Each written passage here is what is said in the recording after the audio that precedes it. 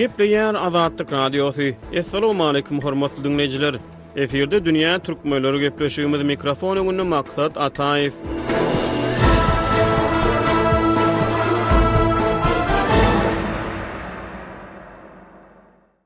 Oktýabryň başyna türk ilmi barlagçysy dürli çeşmelere görä taryhda döwlet dolandyran türk hökümdarlaryň atasy hasaplanýan Alp Ertoňanyň mazaryny özüniň 20 ýyl bäri alyp barýan ilmi barlaglarynyň netijesinde Buharadan tapanlygyny ma'lum etdi. Ilmi işgäriniň bu bildirişi türk dilli sosial media ulanjylarynyň arasyna giň seslenme döretdi. Türk media serişdeleri bu habara uly gyzyklanma bildirdi. 1-nji oktýabrda Türkiýanyň Gazi Üniversitetiniň professory Nejati Demir uzak ýyllar dowamyna özüniň Özbegistanyň alyp baran meýdan işleriniň netijesinde gadymy türk halklarynyň arasyna rowayatlary görä möhüm hökümdar serkerde hasaplanan Alp Ertoňanyň mazaryny Buharadan tapanlygyny aýtdy. Ol bu açyş bilen bagly barlyk netijelerini Özbegistanyň prezidenti Şavkat Mirziýoýew hödürländigini ma'lum etdi. Ilmi barlygçy ýakyn wagtlarda bu açyşyň Özbek prezident tarapyndan türk dünýäsine ma'lum ediljekdigini aýtdy. Hormat bilen türk dünýäsiniň dikkatyny hödürleýäris Türkiýligiň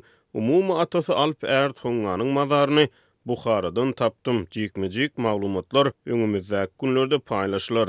Türk dünýäsine salam bolsun diýip Demir özüniň şahsy Twitter hasabyna ýazdy. Ýöne türk professory her näçe detalaryň ýakyn wagtlarda köpçülige ýetiriljekdigini aýtsa-da, goşmaça maglumatlardan daşary has takyk jikmejiklikler heniz ma'lum edilmedi. Bu bildirişiň döreden rezonansyny nazarda tutup ilmi işgäri 3-nji oktýabrda Ankarada metbuat konferensiýasyny geçirýändigini ma'lum etdi. Köpçüliklerini habar beriş serişdeleriniň wekillerini ýygnaga çağırdy. Türkiýanyň döwlet ýetişligine TRT Haber telekanalyna görä alym bu gubyry tapmak üçin 25 ýyl ilmi gözlegi geçiripdir. Meýdan işlerini alyp barypdyr. Galy bersede Türk telewizionyna görä ilmi barlygçynyň täze açyşyň üstünde işlemegine Özbegistanyň prezidenti Şavkat Mirziýoýewiň giýewsi Otabek Umarow hemaýet beripdir. Howpsuzlyk ýagdaýlary sebäpli mazaryň ýerleşýän ýerini aýan edip bilmeýärin. Bar bolan maglumatlaryň ählisini Özbegistan döwletine berdim. Bu iş boýunça taýýarlanan bukça Özbegistanyň prezidentiniň stoluny Özbegistan döwletiniň berjek görkezmesine laýyklykda ýa-da olaryň gönükdirmeleri bilen mazaryň ýerini ma'lum eder diýip Türkiýanyň Hürriyet neşri türk professorunyň sözlerini sitirledi. Türkiýanyň Milliyet gazeti Alp Ertoňanyň mazarynyň tapylanlygy baradaky habarlary şüpheli çemeleşýän ilmi işgärleriniň we ýazyjylaryň sözlerini sitirledi. Ilkinji Türkler kitabynyň awtory Ahmet Taşagil Milliyet gazetine beren interwýusyny türk professorundan täze açyş suwd etmäge çağırdy. Suwd etsin bize göreli. Alp Ertoňy taryh şahsiýet däl, onuň mazary hem bolup bilmez. Olduňa bir Diwan-ı Lugat Türk kitabyny agdalýan mif bilen şahnamadaky meňdeşligiň önümidir. Şol sebäpden Alp Ertoňanyň haýsy döwürde ýaşap geçenligi belli däl. Geçmişde ýaşap geçmedik bir adamyň mazarynyň hem bolmagy mümkin näl. Ýöne egerde olmy taýdan suwd etse ikrar eder diýip Milliyet gazeti ilkinji Türkler kitabynyň awtoryny sitirledi. Garaz öňüne barajy türk gazetleri şol sany Hürriyet, Milliyet, Yeni Şafak, Haber Türk neşirleri türk professorunyň täze açyşy barada çekişmeli maglumatlary okuýjylaryna ýetirdi. Dünýä türkmenleri programmamyz türk halklarynyň gadym taryhyna ady rowaýat öwrülen taryh şahsyň mazarynyň türk professoru tarapyndan Buharada tapylmagy baradaky soraklaryň töweregine pikir ýöretmäge finansiýar. Alp Ertoňy kim bolupdyr? Türkmen medeniýetinde halk döredüjiligine onuň ady agdalýarmy? Türkmen taryh çeşmeleri onu haýsydyr bir faktlaryň esasyna taryhy şahsiýet hökmüni ikrar edýärmi? Köplenç gadymy mifik şahsiýetleri dawaralandyrýan Türkmenistanyň milli döwlet ideologiýasyna Alp Ertoňanyň ornuny ýerede. Programmamyzyň bu sany şeýle soraglary jogap awtarmaga synanşdy. Ýöne şol bir wagtda bu makala ilmi iş bolman eýsem täze açyşdy gaýdylýan wakanyň metbuatda şöhretlenişine nazar aýlaýar.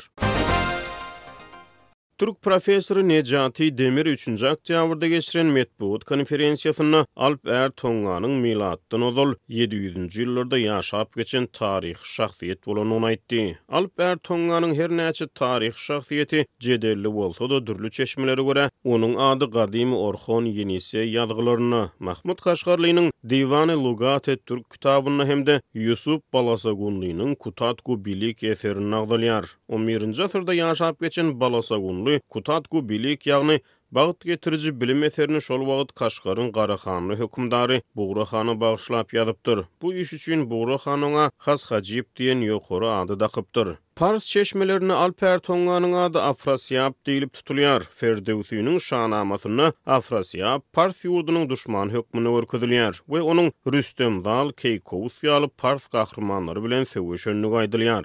Alper Tonganyň ady Tarih çeşmeleri göre 8-nji asr Orhon Yenisi ýazgylaryna hem agdalýar. Daşa ýazylan Orhon ýazgylary Yenisi derýasynyň boýuna 1889-njy ýylda Mongoliýada tapyldy. Bu ýazgylarda Göktürk döwletiniň hökümdary Bilgi Hanyň hemde onuň dogany Kültiginiň edermençilikleri wasp edilýär. Oğuzlaryň islamdan öň Orhon elipbiini daşa ýazan ýazgylarynyň 8-nji asyryň başlaryna ýazylanlygy çak edilýär. Cambridge Üniversitetiniň çaphanasy tarapyndan ingliz dilçisi Nora Chadwick hemde Sowet professory Viktor Zhirmunskiň awtorlygyna ilkinji gedek 1969-njy ýylda çap edilen Merkez Aziýa halklarynyň dilden aýdylýan eposlar atly kitabyna görä Mahmud Kaşgarlynyň 11-nji asyrda ýazan Diwan-ı Lugat Türk kitabyna ilkinji elegiýa Alp Er Tonga bagyşlanypdyr.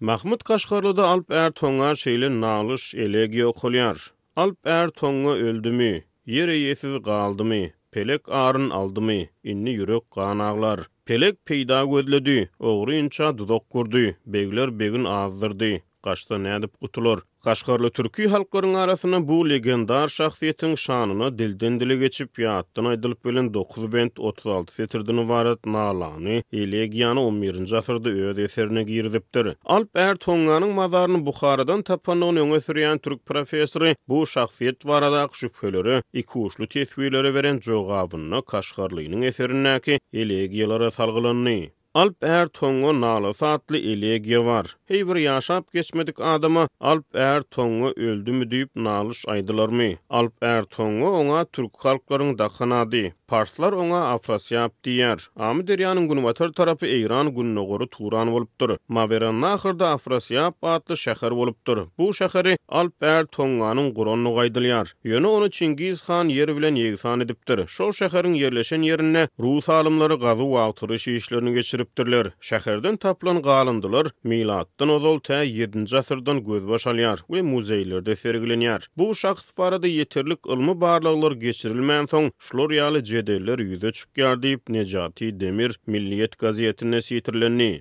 Belli Türk edebiyatçısı we alim İskender Pala Afrasyabyň Beýik İskenderden ýani Aleksandr Makedonskidan öň ýaşap geçendigini aýdýar. Aleksandr Makedonski milatdan ozal 365-323-nji ýyllar aralygynda ýaşapdyr. Bu hasaplamalardan we çaklamalardan çen tutulsa Alp Er Tonga Beýik İskenderden 360 ýyl töwerek ozal ýaşap geçipdir. Dürli çeşmelere görä Afrasyap Avestada hem agdalýar. Routledge neşriýaty tarapyndan ilkinji nusgasy 2014-nji ýylda çap edilen Beýik Seljuklaryň tarihi atly kitapda aýdylmagyna görä Oguznamanyň Vatikanda saklanýan gol ýazmasyna hem Alp Er Tonganyň ady agdalýar. Galiberse de Oğuz destanlarynyň hataryna Alp Er Tonga destany 2700 ýyl mundan ozal bolup geçen wakalardan gurrun berýär. Şeýle bolanda destana aýdylýan wakalar milatdan ozal 700-nji ýyllara Afrasyabyň ýaşanlygy aýdylan döwürleri gabat gelýär. Alp sözi batyr, bahadyr, gahrman diýen manylary aňladýar.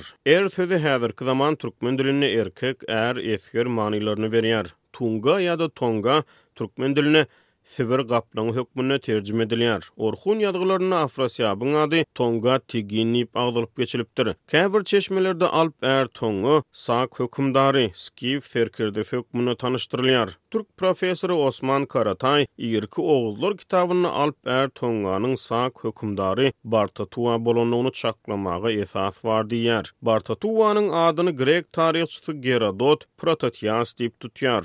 20-nji asr türk ýazyjysy Seyit Kemal Karali oğlunyň barlyklaryna görä Pars hökümdarlaryndan Keyhüsrew Alp Er Tongany häzirki Azerbaýjanyň çägine milatdan ozal 624-nji ýylda öldüripdir. Karataýa görä saklar milatdan ozal 7-nji asyryň ortalaryna Hazar deňiziniň demir gazygynyň günwataryna aşýarlar. Saklar milatdan ozal 650-nji ýyllarda Kavkazlardan geçip häzirki Azerbaýjanyň çäklerini aralaşýarlar. Ol ýerden hem ýakyn günne gora çözýarlar. Karatay şanamadaky Pars hökümdary Keyhüsrewiň ady bilen Gerodotyň tarih maglumatlaryna ki Kyaksaryasyň atlaryna meňdeşlik bar diýär. edilýär. Ýöne beýlik tarapdan egerde hakykatdan 20-nji asyr türk ýazyjysy Seyit Kemal Kara Alioğlu'nun aýdyşy ýaly Pars hökümdary Keyhüsrew Alp Ertongany milatdan ozal 624-nji ýylda häzirki Azerbaýjanyň çägine öldüren bolsa, şol bir wagtda taryhçy Osman Karataýyň Gerodotu talgylanyp Keyhüsrew barada aýdýanlary dogry bolsa, onu bugun Alp Ertonganyň mazary Buharadan näme işlesin? Ol esem Azerbaýjanyny bolmaly dälmi näme?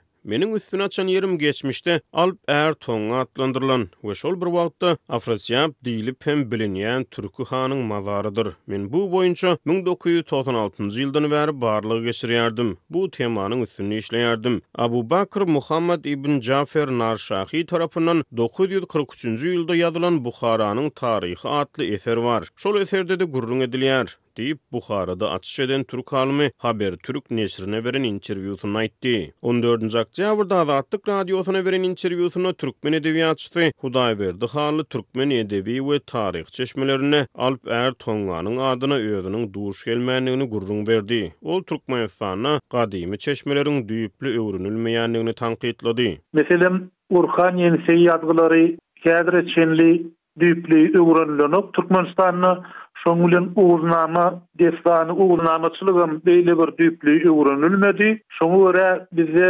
köp taryhy maglumatlar, şoň bilen birlikde taryhy şahslar barada ýeterlik maglumat ýok. Hut meniň özüm plan kitapdan Alp Ertonga barada okudum diýsem ol ýalan bolar. Diýip türkmen ýazgysy gurrun berdi. Mahmud Kaşgarlynyň Diwan-ı Lugat et-Türk kitabyna Alp Ertonganyň Merw şäheriniň düýbüni tutanlyk aýdylýar. Käbirleri Türk territoriýasynyň Merwa Şahyjanyň başlanýyny aýdýar. Çünki Kazyň kakasy bolan Tonga Alp Afrasyap diýmekdir. Ol Merw şäherini bina eden şahysdyr diýip Kaşgarly 11-nji asyrda ýazgy galdyrypdyr. Galy berse de Kaşgarly öz eserini ähli türk hanlaryň Alp Ertonganyň neslinden gelýänligini, onuň neslinden bolmadyk adamlaryň Hakan, Kagan ýa-da han bolup bilmejekdigini aýdyp geçipdir. Elbetde bu pikir 11-nji asyrda ýaşap geçen Kaşgarlynyň pikiri. Geçen asyryň 14-78-nji ýyllar aralygyna ýaşap geçen görnükli türk taryhçysy Osman Turan orta asyr islam taryhçylaryna salgylanyp Garahany, Uygur we Seljuk hökümdarlarynyň Afrasyapyň nebereleri bolanlyklaryny aýdýar. Yaponiýaly günnägöre öwreniji türkolog Abi Takyo'nyň maglumatlaryna görä garlyklar tarapyndan düýbi tutulan Garahany döwletiniň hökümdarlary öýdleriniň şejere daratynyň Afrasyapyň nesillerinden gözbaş alýanlygyny erjellik bilen aýdar ekeni. Ýene bir geň maglumat taryhçy Osman Turan Alp Ertonga Oğuzhan diýär.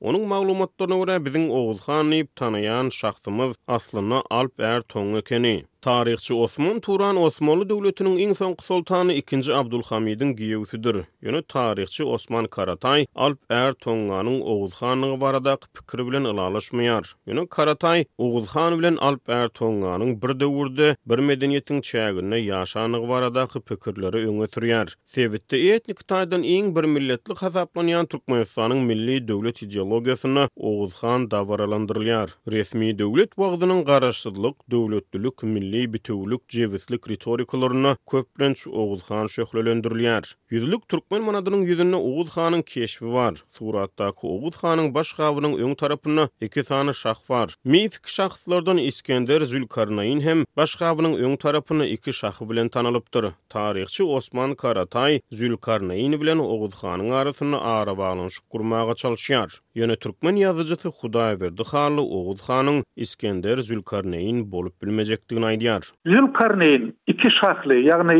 Kerney Zül iki şahly diýmek. Ýöne ýene bir bellemeli zat İskender adly adam köp. Kur'an-ı Kerim'de de İskender adı geçýär. Ol elbetde gaty irki döwürde bolan. Gara Türkmen taryhynda İskender adlylar köp.